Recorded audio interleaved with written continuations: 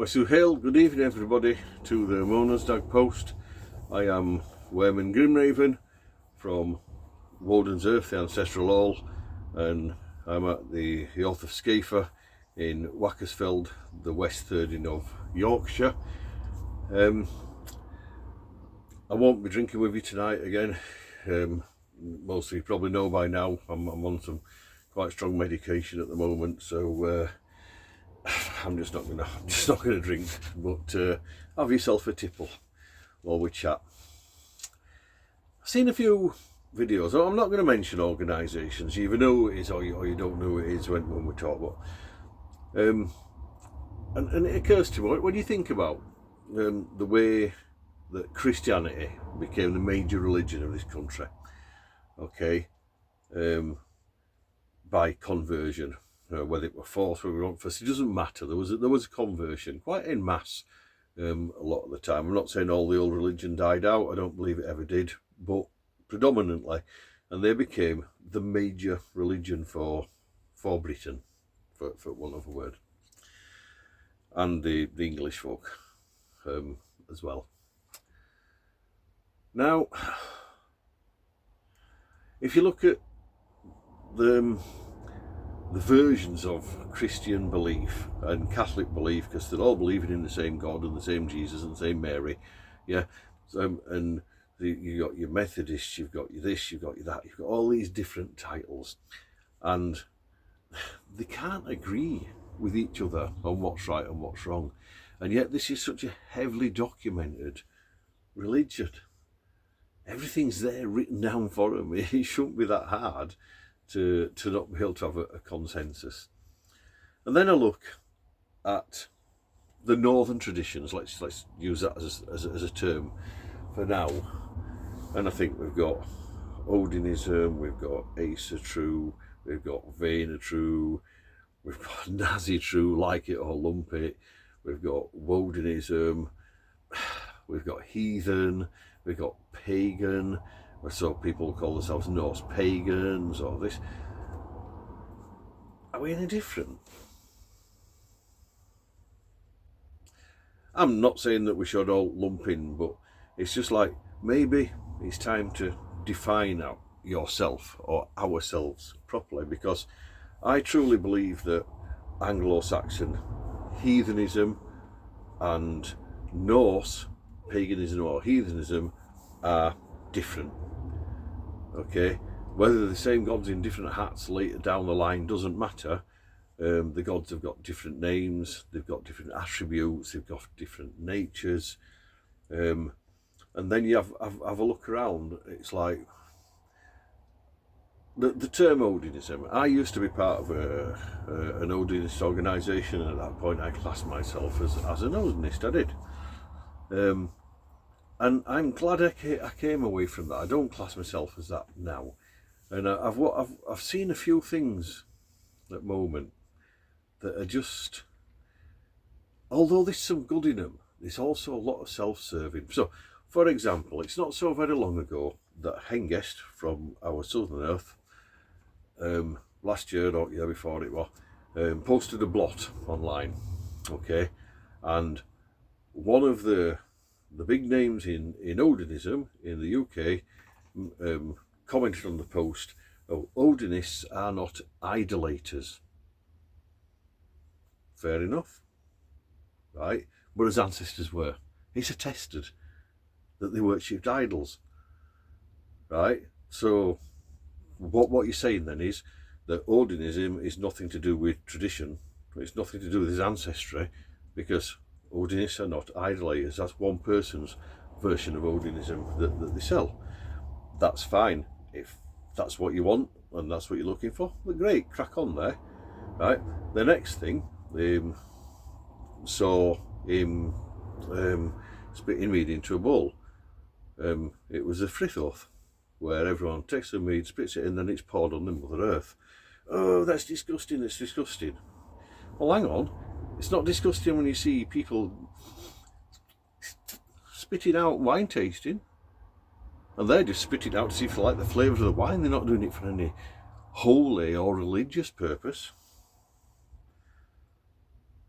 Okay, So, to better oneself, is it right to try and put someone else down, who are actually a lot more traditional than the person who's doing this spouting off, as it were?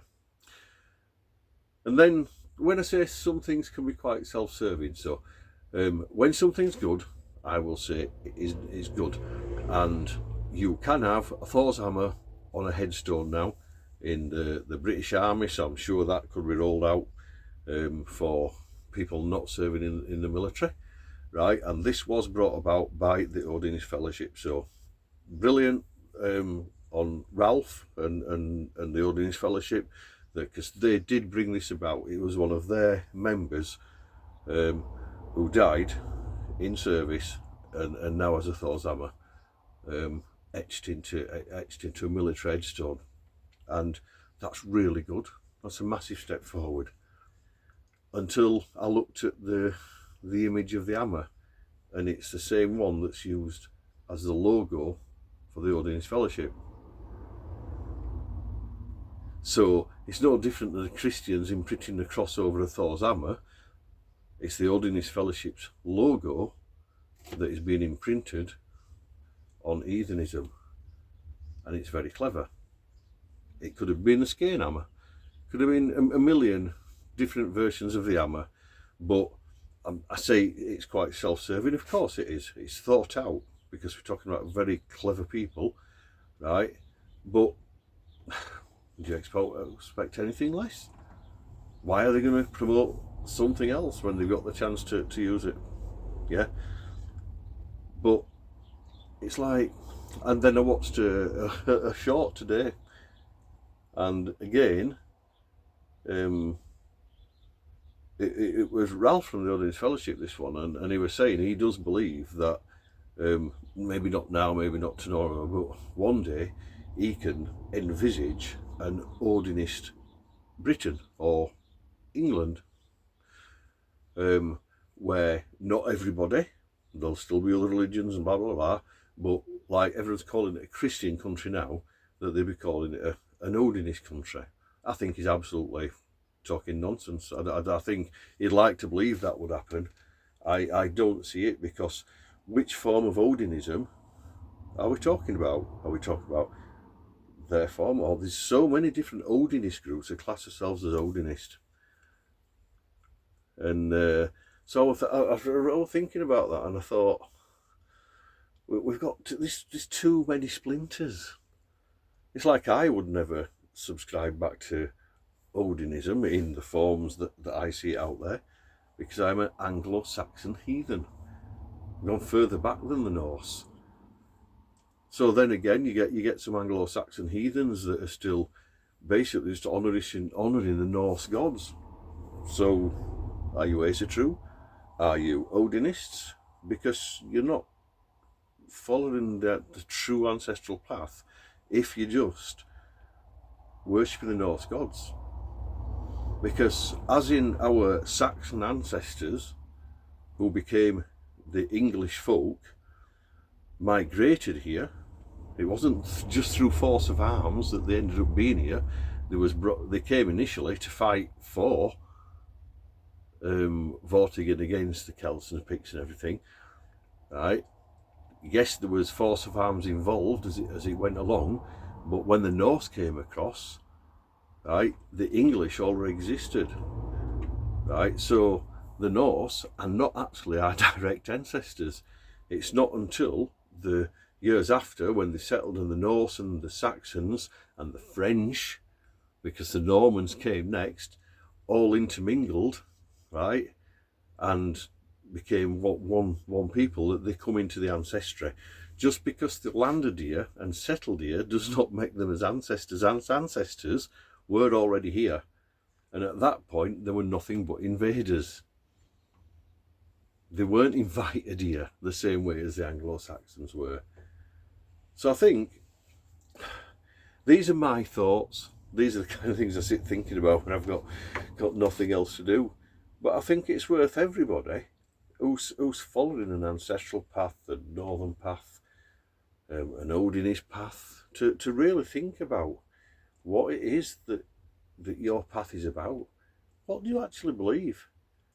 And should you not structure your path around your beliefs, not about somebody else's ideology? Just my thoughts for today. Take care out there. Stay safe. We'll see you next week.